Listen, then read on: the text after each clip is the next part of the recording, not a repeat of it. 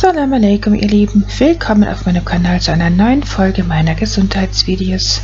Heute stelle ich euch ein veganes Käserezept vor, welches eine tolle, gesunde Alternative zu herkömmlichem Käse darstellt, der ja leider säurebildend und verschlackend auf unseren Organismus wirkt. Und da Käse für so viele Gerichte verwendet wird, ist es notwendig, hier eine gesündere, vegane Alternative zu finden, damit wir unsere Gerichte gesünder gestalten können. Die Basis für dieses Rezept bilden jetzt hier Süßkartoffeln und Haferflocken. Die Süßkartoffeln verwenden wir wegen der Stärke, die wir hier benötigen für dieses Rezept. Die habe ich jetzt hier schon geschält. Ich habe jetzt hier 2 solche Süßkartoffeln genommen und diese in kleine Würfel geschnitten und die habe ich dann erstmal weich gekocht in ganz normalem Salzwasser. Ich habe also eine Prise Himalaya-Salz in kochendes Wasser gegeben und dann die Kartoffeln dazu gefügt und die dann so lange auf kleiner Flamme köcheln gelassen, bis sie eben butterweich waren. Dann habe ich sie herausgenommen und wir verwenden jetzt hier nur eine Kaffeetasse voll davon und lassen die Kartoffeln etwas abkühlen, bevor wir sie dann in den Mixer geben. Dann kommt eine Tasse Haferflocken hinzu, möglichst glutenfreie Bio-Haferflocken, dann eine Knoblauchzehe und ein ganz kleines, also 1 cm großes Stück Kurkuma. An Gewürzen habe ich dann Himalaya-Salz, Bio-Gemüsebrühe, frisch gestoßener Pfeffer und diese Edelhefeflocken hinzugegeben. Die sorgen eben für den käsigen Geschmack. Diese Hefeflocken, die sind übrigens sehr gesund, denn die Hefe darin wurde durch Wärme inaktiviert und sie besitzt einen relativ hohen Nährwert. Außerdem enthält sie sehr viel Eiweiß in Form von leicht verwertbaren Aminosäuren und viele B-Vitamine. Dann haben wir den Saft einer Zitrone, die ich vorher ausgepresst hatte, hinzugegeben. Der kommt jetzt auch noch hinzu hier in den Mixer. Und dann geben wir eine Tasse von dem Kochwasser der Süßkartoffeln hinzu. Und dann kommt jetzt dieses Miso hinzu.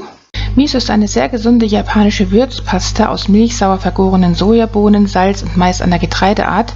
Miso enthält alle essentiellen Aminosäuren und wichtige Mineralstoffe sowie Enzyme, Isoflavone und Lecithin. Wie wir gesehen haben, habe ich noch einen zweiten Becher von dem Kochwasser hinzugegeben und die zweite Knoblauchzehe und dieses Stück Kurkuma, aber ich würde die zweite Knoblauchzehe und das Kurkuma nicht hinzugeben, also ein Stück jeweils reicht vollkommen, was den idealen Geschmack für solch einen Käse betrifft. Das alles wurde jetzt zu einer ganz feinen Paste gründlich püriert, wie wir das hier sehen. Die Flüssigkeit ist schon jetzt relativ dickflüssig. Und jetzt ist die Stufe, wo wir den Geschmackstest durchführen sollten. Wir sollten also probieren, ob uns der Geschmack gefällt. Also jeder kann das so machen, wie ihm der Käse am besten schmeckt. Ich habe dann noch etwas Himalaya-Salz und Paprika hinzugefügt, das alles gut gründlich verrührt. Dann hatte ich hinterher auch nochmal etwas von den Edelhefeflocken hinzugefügt, damit es noch ein bisschen käsiger ist, der Geschmack. Je nachdem eben, wie man den Geschmack gerne haben möchte, gibt man von dem einen oder anderen noch etwas hinzu, bevor wir dann anfangen, das Geliermittel herzustellen. Hier habe ich noch das restliche Kochwasser von den Süßkartoffeln verwendet, noch etwas Wasser hinzugefügt und dann 2 Esslöffel von dem Agar-Agar-Pulver hinzugegeben. Das ist eben ein pflanzliches Geliermittel. Das wird jetzt hier so lange gerührt in der Pfanne, bis es anfängt zu kochen. Und zwar stellen wir die Flamme nur auf Mittelhitze, also nicht ganz hoch, sondern nur auf Mittelhitze und rühren dabei die ganze Zeit um, bis es anfängt zu köcheln, wie wir das jetzt hier sehen. Und dann werden wir noch weiterhin auf Mittelstufe immer weiter rühren, bis eine dickflüssige Konsistenz erreicht ist. Die Mühe, die ich mir hier gemacht habe, könnte man sich theoretisch auch sparen. Es reicht, wenn man das Ganze einmal zum Kochen bringt und den Herd abschaltet und die Mixtur gleich in den Mixer gibt. Ich hatte hier nochmal mit der gesunden, fermentierten japanischen Würzpaste nachgewürzt und dann auch gleich die Agar-Agar-Mischung hinzugegeben, die nicht abkühlen darf. Zwar war das hier von der Menge her ziemlich knapp hier in dem Mixer. Man hätte hier besser 2 Durchgänge machen sollen, aber Khair inshallah. Jetzt wird das Ganze einfach in 2 solche Formen gefüllt, die wir dann später für unseren Käse haben wollen. Man kann da irgendwelche Formen nehmen und die müssen auch nicht vorher eingefettet werden. Und dann werden diese Formen einfach in den Kühlschrank gestellt für ein paar Stunden, bis das Ganze richtig fest geworden ist. Wie wir das jetzt hier sehen, die sind jetzt fertig abgekühlt und wir sehen, der Käse hat eine richtig feste Konsistenz bekommen. Der lässt sich auch ganz leicht aus der Form lösen und so sieht das Resultat dann aus. Eine richtig schöne Käseform. Mashallah. Und ihr seht, wie einfach man diesen Käse herstellen kann. Man kann ihn auch wie echten Käse anschneiden, wie wir das jetzt hier sehen. Zwar hat der vegane Käse nicht die gleiche feste Konsistenz wie herkömmlicher Käse, aber doch fest genug, um ihn anzuschneiden und in Scheiben zu schneiden. Sogar raspeln könnte man ihn und man kann ihn wunderbar überall dort gebrauchen, wo man ansonsten herkömmlichen Käse benutzt.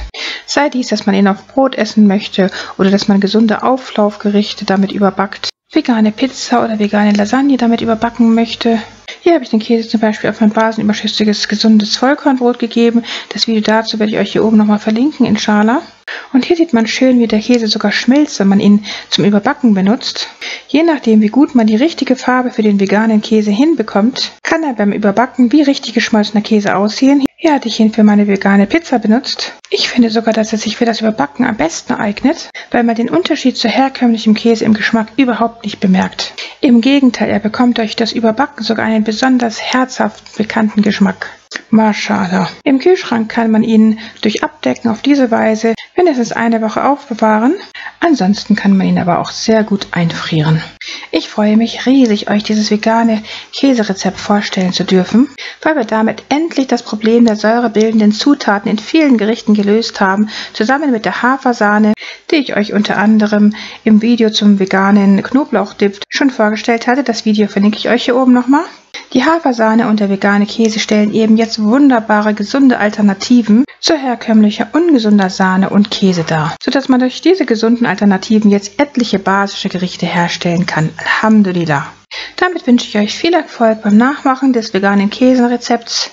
Gutes Gelingen, gute Gesundheit, guten Appetit, vergesst nicht Bismillah zu sagen und dann sehen wir uns inshallah wieder beim nächsten Video. Liebe Grüße, Salam alaikum. Eure Mariam.